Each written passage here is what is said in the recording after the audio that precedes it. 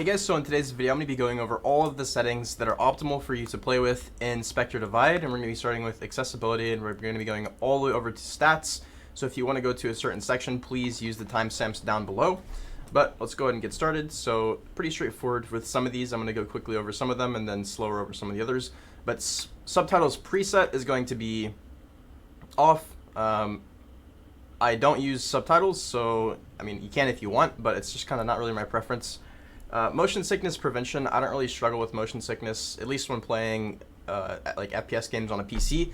If you do, you can see right here what this changes, and you can kind of experiment with it and see if it'll help you with your motion sickness. Moving on to colorblind filter. Again, I'm not colorblind, fortunately, at least not super colorblind.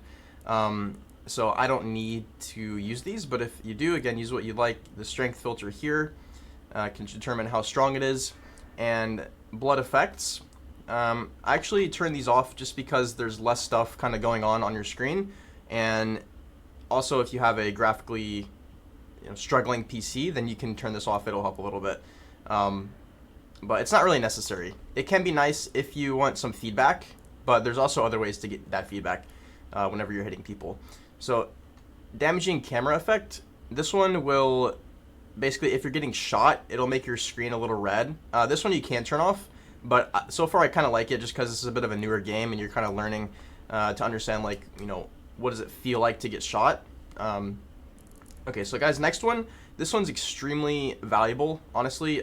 This is something that is not really in any other FPS games, and I would recommend highly that you keep it on. This is team line of sight lasers, and this is an awesome feature. So basically, whenever you're in a game, you're gonna have two other teammates, and you can see both of their lasers, right? Their lasers come right out of the center of their face, and it's exactly where their crosshair is pointed at. So if I'm looking, right here, then there's gonna be a laser pointing directly here on my teammate's screen, which is really awesome. It helps them know, okay, I don't need to look there, I can look over here, right? And that's really convenient. So moving on here, enemy outline color, you're gonna make this something that's pretty easy for you to see. So I have red, I was using purple earlier. It's just kind of whatever you want. You can experiment a little bit with it.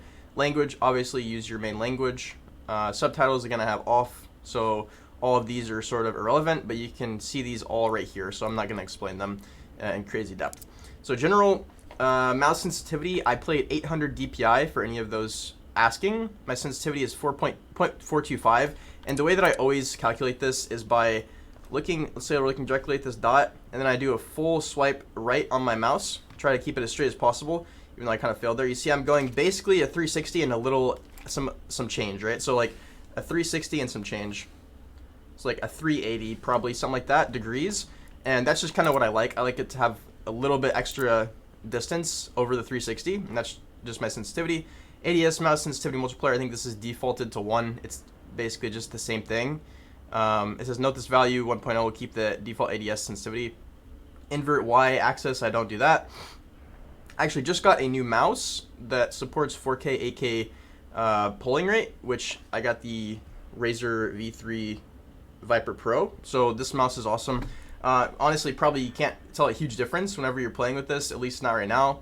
But this is something that if you do have the mouse, you might as well just turn it on, right? It's just a setting. If you don't, then it's not going to do anything anyway. So ADS recoil view behavior, this is really interesting. This is something that's not really commonly seen in FPS games, but I was trying to figure out kind of what the difference is, and basically I just came to the conclusion that I like centered the most.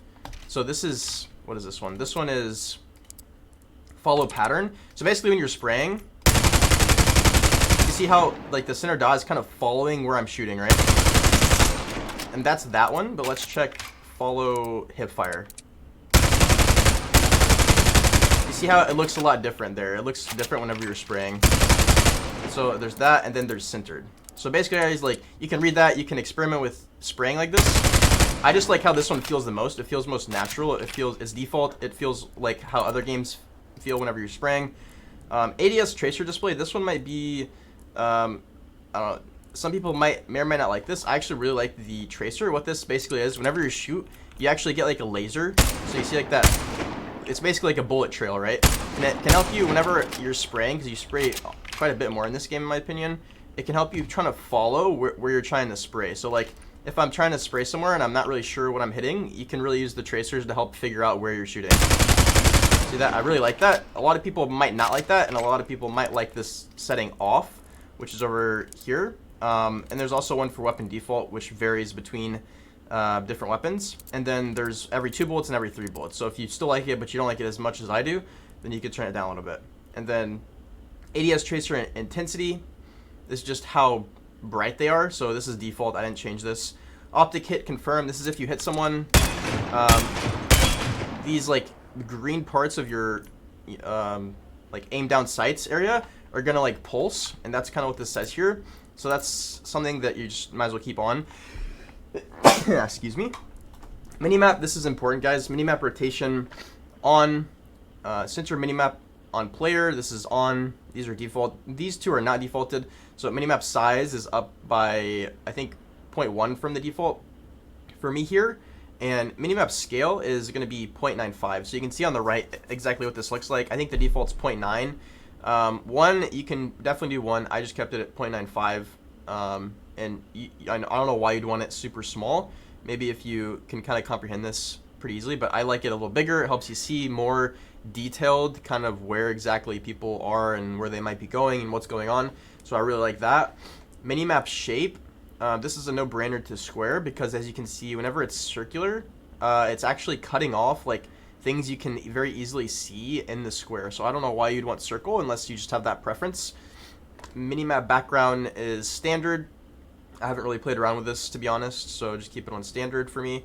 Network buffering, I have on moderate. If you have exceptionally stable connection to reduce latency, you can go to minimum. And if you really have bad latency, you can go up to maximum. My connection is pretty good, but I just have kept this on moderate, and I've had no problem with connection to the game. It says beta. This is a new setting as well, so you know people's opinions on this might change in the future. Text chat, everything here is default except I changed Whisper to enabled because you know you can message, basically that's like a DM from someone throughout whenever you're playing, which is nice. Moving on to graphics. So display mode, full screen, just going to be optimal. Full screen or windowed full screen, depending on kind of what works best for you, but full screen is what I use. These are defaulted, brightness and contrast to 1. Frame rate limit off and VSync off. So this basically gives you super high FPS. If you have, like, this game runs really well, so you see I'm getting like 500 FPS right now.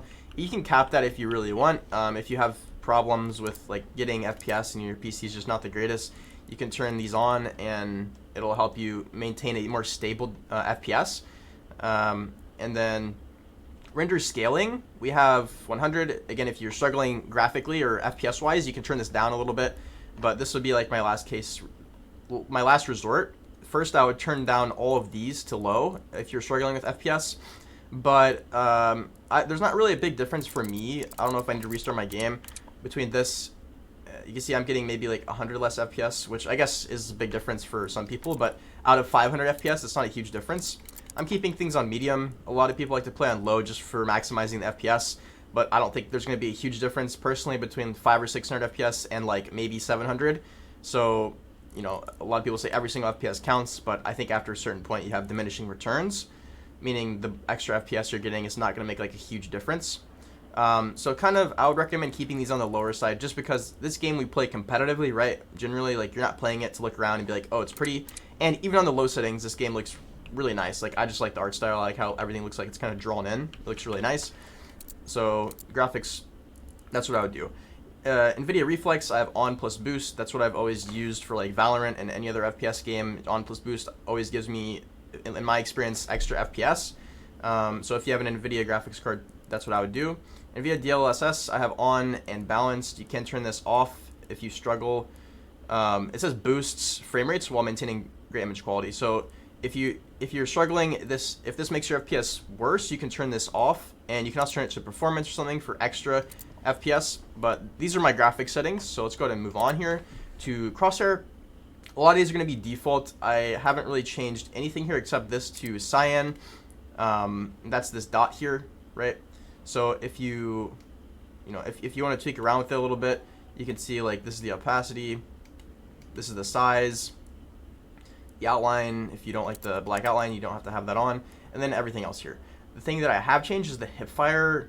Actually, that's done here. So this is just general. I have it cyan as well. I like the blue colors. I think it shows up pretty well on most maps. Again, this is preference. Whatever color you like, make sure to pick. I think green, yellow, and yellow, green also work really great for a lot of maps. Outlines on. I'm going to go and move down here. This is the main thing that I changed. So opacity always on all the way. Innerline length I have set to 4 because I don't like it to be super long. I think this is a little lower than default. Thickness I also have turned down a little bit. I think this is like 2 by default, but I like it a little thinner. I wish you could move them closer together, but I guess, you know, that's just not how they have it in this game.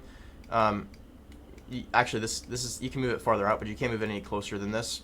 So showing firing accuracy and showing movement accuracy I have on. I like this. Oh wait, what just happened? What did I do?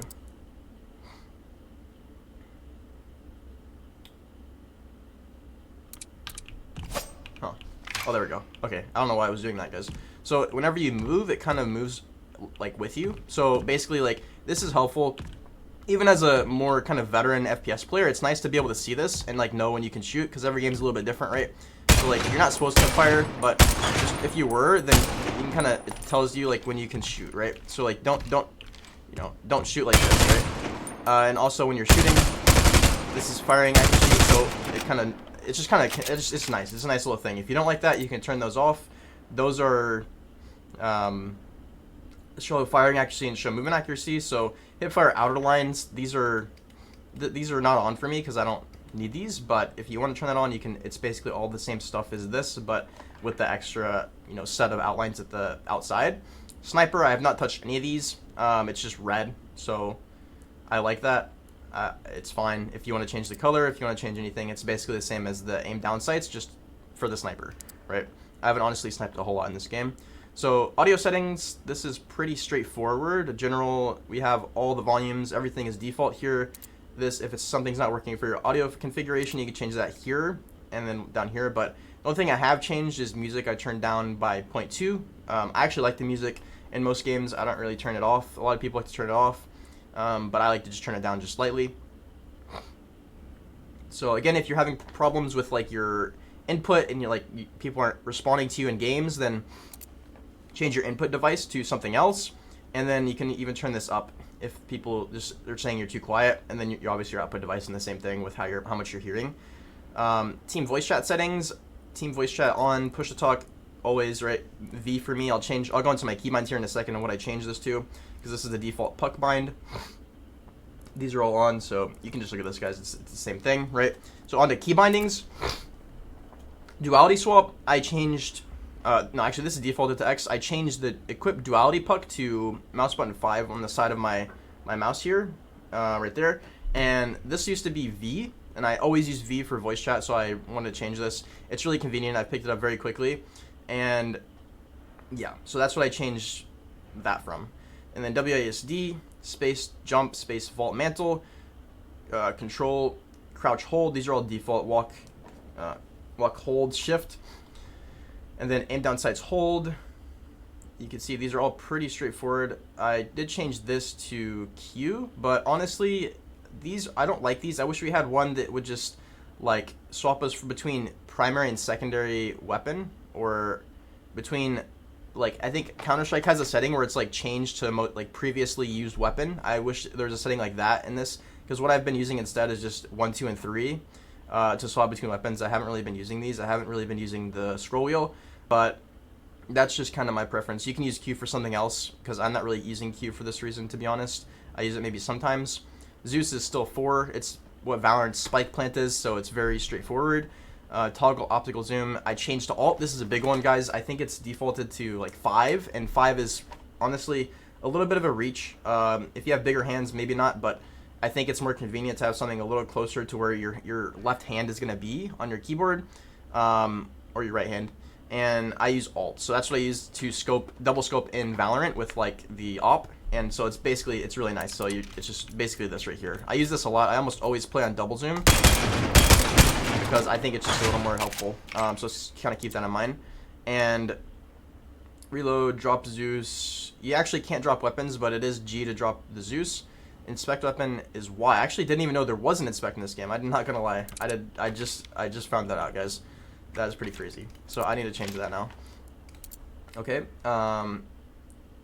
Primary equipment. These are, I did change this, I think. I can't remember what it was, but I think E and C might be the same. So these are your 3 abilities. Pretty, you know, preference based, but this is mine. Mouse button 4, E and C, and then push to talk V, P. I think these are all the same. I might have added ping to Z. I can't remember. I think these are all default though. So these are pretty straightforward. If you want to change them to what I have, you can do that here. Go ahead and pause. And last but not least, guys, are stats. I have none of these on. As you can see in the top left, you can see my FPS, but that's through Steam. If I didn't have that on through Steam, I would have it turned on right here by using just text, because I don't need to see anything crazy, to be honest. Game render latency, this could be nice. You can kind of just read through this pack loss. Like, if you're struggling with something specific, you can turn on the text or whatever you want. And yeah, guys, hopefully this video is helpful. If you have any questions about Spectre Divide, let me know in the comments below. I'm loving this game. I hope you are too, and hope you have a good day. Peace.